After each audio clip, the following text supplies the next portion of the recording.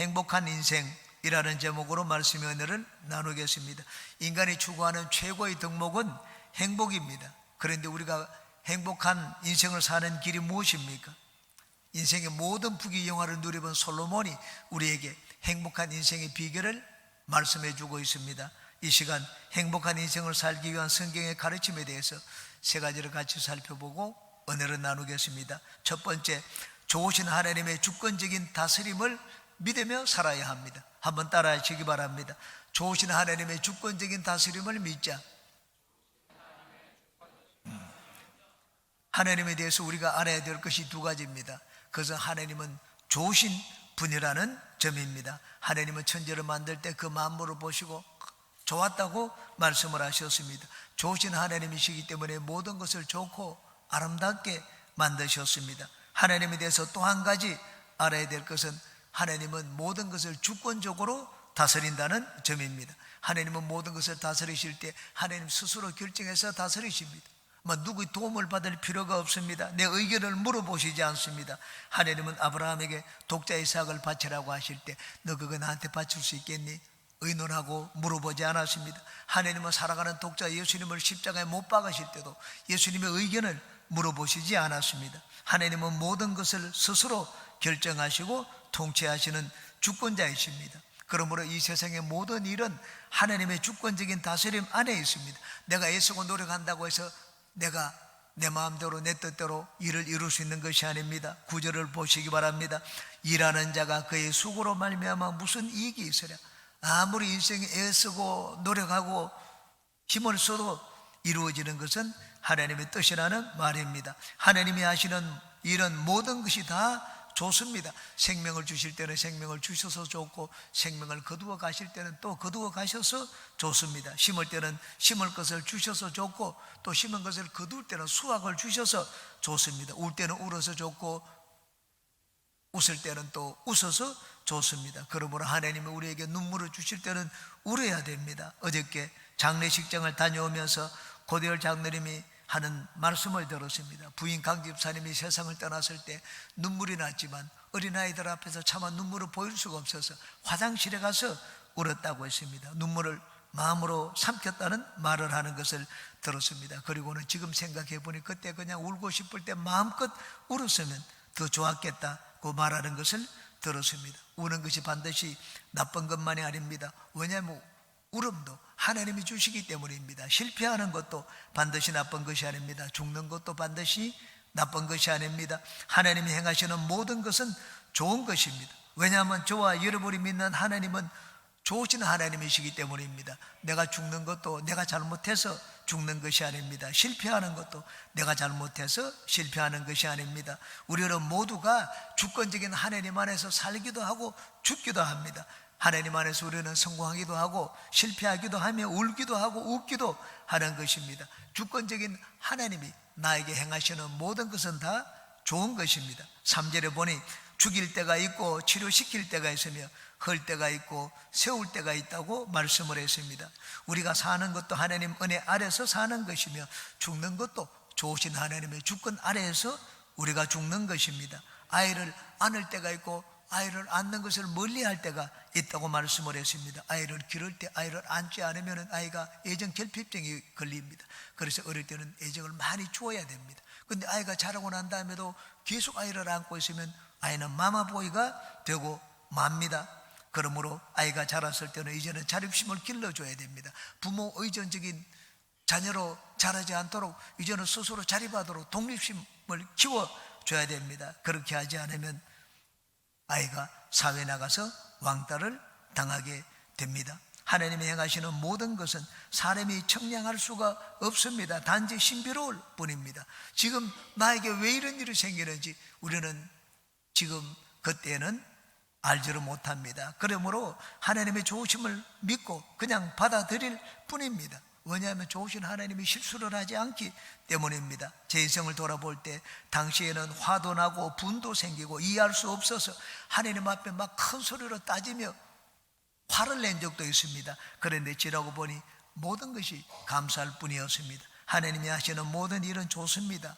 우연히 일어난 일도 뭐 자연 가운데 자연스럽게 일어나는 일도 하나님의 다스림 안에서 일어납니다. 한 번은 미국의 옐로스톤에 가보았습니다. 거기 막 무수하게 한쪽은 우거진 숲이 있는데 한쪽에는 완전히 불타버린 것을 봤습니다. 1988년에 산불이 났는데 불을 끄지 않고 그냥 내버려 두었습니다. 제주도 면적의 2배가 되는데 사방 50km, 60km, 3,000제곱킬로미터입니다. 그 정도 되는 이 산림이 불에 탔습니다. 다행히 비가 와서 진화가 되었습니다. 300년 만에 한 번씩 그런 산불이 난다고 합니다. 국립공원에서 불이 나면 절대로 불을 끄지 않는다고 했습니다. 그냥 내버려 둔다고 했습니다. 왜냐하면 이 나무에는 이 병충해가 있는데, 나무에 이 병충해가 있으면 옆에 나무를 계속 옮겨 붙는다고 했습니다. 그렇기 때문에 그냥 내버려 두면 병충해가 저절로 병원균과 해충이 다 사라지게 된다는 말을 들었습니다. 오히려 불이 날 때 그냥 내버려 두는 것이 자연 보호에 좋다는 말을 하는 것을 들었습니다. 세상에 일어나는 모든 일들은 절대 주권적인 하나님 다스림 아래에 있습니다. 좋으신 하나님이 모든 것을 다스리시니 하나님이 하시는 것은 다 좋은 것입니다. 하나님이 잘못 통치하는 것이 없습니다. 하나님은 결코 실패하시는 분이 아니고 우리를 나쁘게 만드시는 분이 아닙니다. 좋으신 하나님의 통치를 믿고 모든 것을 믿음으로 받아들이는 여러분 되시기를 주의 이름으로 축원합니다. 두 번째입니다. 기뻐하며 선을 행하며 사시기 바랍니다. 한번 따라 하시기 바랍니다. 기뻐하며 선을 행하며 살자. 우리가 행복한 인생을 살기 위해서는 두 번째로 기뻐하며 선을 행하며 살아야 됩니다. 솔로몬은 우리 인생의 행복이 어디에 있는지 잘 알고 있었습니다. 깨달았습니다. 그래서 12절에서 이렇게 고백을 했습니다. 사람들이 사는 동안에 기뻐하며 선을 행하는 것보다 더 나은 것이 없는 줄을 내가 알았고, 인생을 사는 동안에 여러분 아주 심각한 표정을 하고 엄숙한 그런 분위기 소를 만드는 것보다 기뻐하며 선을 행하며 사는 것이 행복한 인생이라고 말씀을 했습니다. 기쁨은 하나님이 우리에게 주신 큰 선물입니다. 13절에 사람마다 먹고 마시는 것과 수고함으로 낙을 누리는 그것이 하나님의 선물인 줄도 또한 알았도다. 먹고 마시는 것은 우리에게 즐거움을 준다고 말씀을 했습니다. 하나님은 이 세상의 모든 사람에게, 예수님을 믿는 사람에게도 즐거움을 주고 믿지 않는 자에게도 하나님은 즐거움을 주셨습니다. 하나님의 선물입니다. 먹는 것을 통하여 그런 즐거움을 주신다고 말씀을 하셨습니다. 저는 TV를 보면 먹방이 나옵니다. 보면은 뭐 스트리트 푸드 파이터, 뭐 서진인의 집, 뭐 뚱뚱한 뭐 개그맨들을 뭐 서너 명이 모여가지고 먹는 그 TV를 보여주고, 저는 처음 그 TV를 볼 때 아니 TV에서 뭐 할 것이 없어가지고 저는 그 먹는 거 보여주느냐, 저는 먹방 TV나 먹방 유튜브를 볼 때마다 아주 비판적인 얘기를 했습니다. 그런데 지금은 그렇지 않습니다. 저는 먹방 TV를 보면 같이 즐겁습니다. 먹는 것을 보면 나는 먹지도 않는데 즐겁습니다. 어저께는 점심에 갈비탕을 먹으러 갔습니다. 평소에 늘 가는 갈비탕이었습니다. 제일 맛있는 갈비탕 집이었습니다. 근데 어저께는 맛이 없었습니다. 입맛이 없어서 그랬는지 모릅니다. 고기도 질기고 입맛도 없고 3분의 1도 먹지 못하고 말았습니다. 늘 갈비탕을 먹을 때는 좋아했는데 어저께는 그렇지를 못했습니다. 근데 오늘 여기 보니 하나님이 주신 즐거움이 먹고 마시는 데 있다고 했습니다. 사람들은 먹고 마시는 것은 육적인 것이기 때문에 그것을 비하하는 경향이 있습니다. 그런데 하나님은 영적인 사람들에게만 행복을 주시지 않았습니다. 하나님은 육적인 사람, 육체를 가지고 사는 모든 사람에게 행복을 주셨습니다. 바로 그것이 먹고 마시는 즐거움입니다. 음식을 먹는 행위는 단순히 생존을 위한 기본적인 필요를 넘었습니다. 우리 삶의 깊은 만족과 즐거움을 주는 것이 음식입니다. 먹는 즐거움은 하나님이 우리에게 주신 행복입니다. 그러므로 여러분은 음식을 대할 때 항상 감사함으로 대하시기 바랍니다.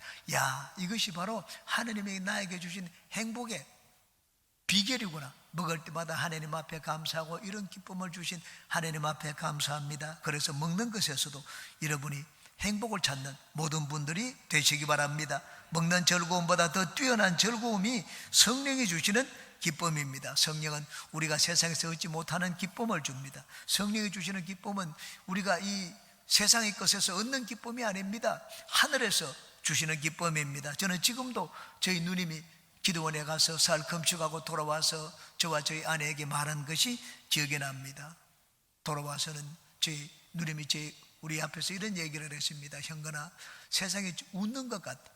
나무를 봐도 나를 보고 웃는 것 같고 새들도 웃는 것 같고 전신주 아무것도 없습니다. 그 전신주도 나를 보고 웃는 것 같다. 그렇게 말을 하는 걸 들었습니다. 그리고는 저희 아내를 보고는 올케야, 네가 너무 예쁘구나, 너무 아름답구나, 그렇게 말을 하는 것을 들었습니다. 성령이 주시는 기쁨이었습니다. 예수님은 우리에게 세상에 주지 못하는 기쁨을 주십니다. 여러분은 더욱더 성령으로 충만하여 이런 기쁨을 삶 가운데 누리시기를 바랍니다. 행복을 얻는 길은 또한 선을 행하며 사는 것입니다. 선을 행하면 내 마음의 기쁨의 샘물이 그냥 저절로 솟아납니다. 참으로 신기한 일입니다. 테레사 수녀가 미국을 여행하는 중에 어느 한 자매를 만났습니다. 그 자매는 자살하고 싶은 이 심경을 테레사 수녀에게 고백했습니다. 그리고는 어떻게 해야 될지 테레사 수녀에게 물었습니다. 테레사 수녀가 그 자매에게 얘기를 했습니다. 한 달 동안 이 인도 캘커타로 와서 나하고 같이 생활을 하자. 그리고 한 달 뒤에 당신이 어떻게 해야 될지 내가 가르쳐 주겠다. 가르쳐 주는데 한 달 동안 나하고 생활하고 난 다음에 가르쳐 주겠다고 했습니다. 이 자매는 테레사 수녀의 말에 순종을 했습니다. 그리고 캘커타로 갔습니다. 그리고 캘커타에서 테레사 수녀가 하는 그 일을 도왔습니다. 빈민가에서 죽어가는 사람들 돕는 그 일을 같이 옆에서 돌봐왔습니다. 그리고는 마음에 느끼기 시작했습니다. 아, 여기에 나를 필요로 하는 사람들이 있구나. 그 자매는 이 죽어가는 사람들을 섬기고 돕는 그 일을 하면서 이전에 느끼지 못했던 기쁨과 행복을 느끼게 되었습니다. 그리고는 테레사 수녀에게 한 달 뒤에 얘기를 했습니다. 수녀님, 이제 수녀님이 저에게 어떻게 해야 될지 가르쳐 줄 필요가 없습니다. 나는 이미 깨달았습니다. 그렇게 하고 그곳에서 테레사 수녀를 도우면서 일을 하는 조력자가 되었습니다. 하나님은 선을 행하며 사는 자에게 기쁨의 샘물을 터뜨려 주십니다. 어느 마을에 눈이 많이 왔습니다. 아버지가 집 앞에 눈을 깨끗이 치우고 들어오니 17살짜리 아이가 TV 앞에서 TV를 보고 있었습니다. 그 아버지가 아들에게 얘기를 했습니다. 아들아, 내가 너한테 진짜 평생에 이 행복한 체험하는, 이 행복을 체험하는 길을 얘기해 줄 테니 너 20분만 그것을 위해서 너 시간을 바치지 않겠니? 그렇게 얘기를 했습니다. 그러자 아들이 얘기했습니다. 아빠, 그게 뭐예요? 바깥에 눈이 많이 왔는데 저 이웃집에 사는 아주머니가 혼자인데 그 이웃집 아주머니 집 앞에 눈을 썰어주고 오겠니? 20분이면 될 것이라고 했습니다. 아들이 즉시로 일어나서 이웃집에 가서 재빨리 눈을 치우고 들어왔습니다. 15분밖에 걸리지 않았습니다. 그 잠시 후 아주머니가 나와서 자기 집 앞에 보니 누가 자기 집 앞에 눈을 치워주었습니다. 막 기뻐가지고 웃는 얼굴을 보았습니다. 아들이 이 광경을 보았습니다. 10월이 지났습니다. 이 아들이 그래서 어릴 때 자기 체험을 이렇게 기록을 했습니다. 아버지께서 20분으로 평생이 기쁠 거라고 하셨는데 나는 지금도 그 일을 생각하면 참 기쁘다. 작지만 다른 사람을 섬기는 일은 보람과 기쁨을 준다. 내게 그렇게 하신 아버지께 정말 감사를 드린다. 이 대가 없이 선을 행한 섬김의 결과는 기쁨입니다. 여러분은 주님과 교회도 섬기고 어려운 사람도 섬기며 사시기를 바랍니다. 우리는 좋은 것을 받으면 마음이 기쁩니다. 그러나 그보다 더 큰 기쁨은 나누어주고 내 것을 베풀어서 얻는 기쁨입니다. 1900년 에비슨 박사가 미국 카네기 홀에서 열린 세계 만국 선교대회에 나가 조선의 의료 사업에 대해서 보고를 했습니다. 이 가난한 조선인들을 치료할 수 있는 큰 병원이 필요하다고 했습니다. 그때 그 의료 이 선교 보고를 듣고 있던 분이 한 분이 있었습니다. 사업가가 있었습니다. 세브란스라는 사업가였습니다. 그 선교 보고를 듣자마자 한국에 병원을 지을 돈을 선뜻 내놓았습니다. 그래서 한국에 오늘날 세브란스 병원이 생기게 되었습니다. 세브란스 병원 뜰 앞에는 이분의 동상이 세워져 있습니다. 그리고는 그 밑에는 이런 글귀가 새겨져 있습니다. 받는 당신의 기쁨보다 주는 나의 기쁨이 훨씬 더 큽니다. 주는 기쁨이 어떤 것인지 아는 자만이 할 수 있는 말입니다. 받아서 얻는 기쁨은 누구나 느끼는 기쁨이지만 주어서 얻는 기쁨은 하나님이 주시는 기쁨입니다. 이 세상에서 얻는 기쁨이 아닙니다. 위에서 주시는, 하늘에서 내려오는 기쁨입니다. 여러분은 하나님이 이 세상에서 허락한 기쁨도 누리고 하늘에서 주는 기쁨도 누리며 사는 행복한 인생들이 되시기를 주님의 이름으로 축원합니다. 세 번째입니다. 영원한 것을 사모하며 사시기 바랍니다. 한번 따라 하시기 바랍니다. 영원한 것을 사모하며 살자. 여기 보니까 하나님은 우리에게 영원을 사모하는 마음을 주셨다고 했습니다. 영원한 것은 변하지 않습니다. 세상에 있는 것을 구하면 그 당시는 행복해 보입니다. 그러나 그 행복이 오래가지 않습니다. 저는 아내를 사랑할 때 그 사랑이 막 영원할 줄 알았습니다. 서울에서 공부를 하면서 이 목요일이나 금요일만 되면 수업만 마치면 손살같이 버스 정류장으로 갔습니다. 그리고는 고속버스를 타고 대구로 내려갔습니다. 그리고는 주일날 당신이 예수님을 믿지 않았기 때문에 일요일이죠. 일요일날 밤차로 12시 차로 서울에 올라왔습니다. 매주마다 그렇게 했습니다. 사랑했기 때문입니다. 그런데 당신은 그렇게 연모했던 그 감정이 지금은 가물가물합니다. 여러분 젊을 때 서로 사랑했던 남녀들이 지금 사는 걸 보십시오. 각방 쓰고 사는 분들이 많을 것입니다. 우리가 언제 그렇게 사랑했느냐? 그랬듯이 삽니다. 세상에 사랑이 주는 기쁨과 행복은 영원하지 않습니다. 세상의 모든 것을 다 가진 사람도 부족함을 느낍니다. 왜? 세상에 있는 거 다 가져도 마음에 채워주지 못한 부분이 있기 때문입니다. 영혼의 것을 사모합니다. 한 번은 빌리 그레엄 목사님이 이 존 F 케네디와 대통령과 정치 인사들이 모인 곳에서 말씀을 전했습니다. 영혼에 관한 설교를 했습니다. 영혼에 사모하는 삶을 살라, 그런 설교를 했습니다. 설교를 다 듣고 난 다음에 이 존 F 케네디가 빌리 그레엄 목사님에게 부탁했습니다. 자기 집무실에 와가지고 이 영원한 삶의 모습이 어떤 것인지 좀 더 자세하게 자기에게 설명해 줄 수 없겠느냐, 그렇게 물었습니다. 당시 빌리 그레엄 목사님이 독감에 심하게 걸렸습니다. 감기균을 옮기지 않기 위해 가지고 나중에 기회를 봐서 가겠다고 했습니다. 그런데 얼마 뒤에 이 존 F 케네디 대통령이 암살을 당했습니다. 빌리 그레엄 목사님은 그때 일을 생각하면서 회고록에 이렇게 기록해 놓았습니다. 모든 권력과 부와 힘을 가진 미국의 대통령도 그 마음에 영혼에 대하여 깊은 관심이 있음을 보았다고 기록을 했습니다. 여러분, 이 세상이 지위, 고하, 여부와 상관없이 하나님은 모든 사람에게 영혼을 사모하는 마음을 주셨습니다. 왜냐하면 인간의 참된 행복이 영혼에 있기 때문입니다. 이 세상에 있는 것은 다 짧습니다.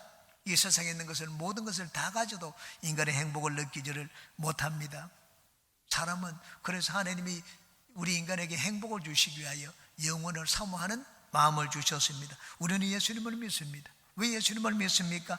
예수님을 믿으면 영원한 생명을 얻기 때문입니다. 세상 사람들은 건강보조식품을 먹습니다.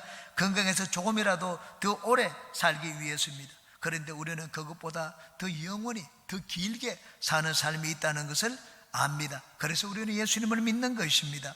세상 사람들은 더 가지려고 하고 움켜잡으려고 합니다. 지금 내가 더 가지면 행복할 것이라고 생각을 합니다. 그런데 우리는 거꾸로 삽니다. 나누어주고 베풀고 내 것을 희생해서 살려고 합니다. 왜냐하면 내 것을 나누고 베푸는데 영원한 행복이 있다는 것을 알기 때문입니다. 예수님이 말씀을 하셨습니다.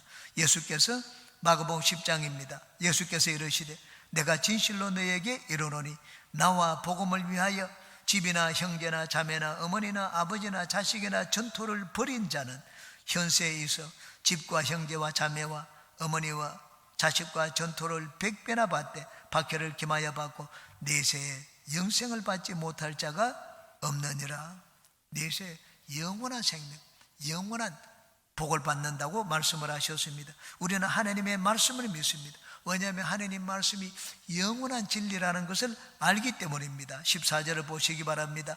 하나님께서 행하시는 모든 것은 영원히 있을 것이라고 했습니다. 하나님 행하시는 모든 것, 하나님은 행하시는 것은 어떤 것입니까? 하나님이 무엇을 행하십니까? 하나님이 어떻게 행하십니까? 하나님은 그 말씀하신 것을 행하십니다. 하나님은 전혀 우리가 알지 못하는 것을 행하시는 것이 아닙니다. 하나님은 말씀하시는 것을 행하고 말씀하신 대로 행하십니다. 그러므로 영원히 있는 것은 하나님의 말씀을 믿습니다. 우리는 다 하나님 말씀을 믿습니다.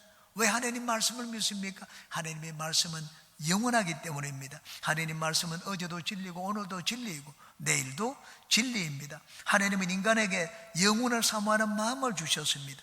영원한 것이 바로 하나님의 말씀에 있습니다. 저는 우리 교회 성도님 한 분이 하나님 말씀에 빠져가지고 하루에 성경 50장씩 읽는다고 하는 말을 들었습니다. 한 달 반이면 성경을 한번 다 읽는다. 성경에 빠져가지고 하루에 7시간, 8시간씩. 그분은 초신자입니다. 나온 지 얼마 되지 않았는데 성경에 그렇게 빠져 생활하는 것을 들었습니다. 저도 그런 기쁨에 빠졌던 적이 있습니다. 하나님 말씀을 읽으니 말씀이 꿀보다 달고 송이 꿀보다 단 것을 느꼈습니다. 그래서 성경을 한번 잡으면 밤이 새는 줄을 몰랐습니다. 제가 밤을 제일 많이 쉬었을 때가 초신자 때 성경을 읽었을 때인 것 같습니다. 영원한 것을 사모하는 자에게 하나님은 그러한 기쁨을 주십니다. 또 영원한 것이 어디 있습니까? 예수 그리스도입니다. 우리가 왜 충성스럽게 주님을 섬깁니까? 왜 기독교인들이 예수님을 위해서 목숨을 바치기까지 합니까? 예수 그리스도가 영원한 진리이기 때문입니다. 예수님을 믿으면 실패하지 않습니다. 예수님은 그를 믿는 자에게 실망을 주지 않습니다. 세상에 있는 모든 것들은 변합니다. 우리가 거기에 내 마저 귀한 것을 내 마음을 드리고 내 귀한 것을 드렸다가 나중에 실망하는 그런 경우가 많습니다. 세상에 있는 것들은 변하기 때문입니다. 여러분 진리나 변하지 않습니까? 과학적인 진리가 변합니다. 사랑이 변하지 않습니까? 남녀 간의 사랑도 변합니다. 사람도 변합니다. 그러나 예수님은 그렇지 않습니다. 어제나 오늘이나 영원토록 동일하십니다. 예수님은 인간이 구하는 영원한 가치입니다. 바울 사도는 예수님이 누구신지 그것을 깨닫고는 자기가 지켜오던 모든 것, 자기가 소중하게 여기던 모든 것을 초계같이 버렸습니다. 그리고는 오직 그리스도 안에서 자기 인생이 발견되기를 원했습니다. 영원한 진리가 되는 이 예수님을 전하기 위하여 바울 사도는 자기의 모든 것을 바쳤습니다. 천국이 어디 있습니까? 천국은 예수 그리스도 안에 있습니다. 예수님이 계시면 초막이나 궁궐이나 그 어디나 천국이라고 우리는 알고 있습니다. 예수님께서 천국에 대해서 비유로 말씀해 주셨습니다. 마태복음 13장입니다. 천국은 마치 밭에 감추인 보화와 같으니 사람이 이를 발견한 후 숨겨두고 기뻐하며 돌아가서 자기의 소유를 다 팔아 그 밭을 사느니라. 또 천국은 마치 좋은 진주를 구하는 장사와 같으니 극히 값진 진주 하나를 발견함에 가서 자기의 소유를 다 팔아 그 진주를 사느니라. 천국이 무엇과 같은 것을 보여주었습니다.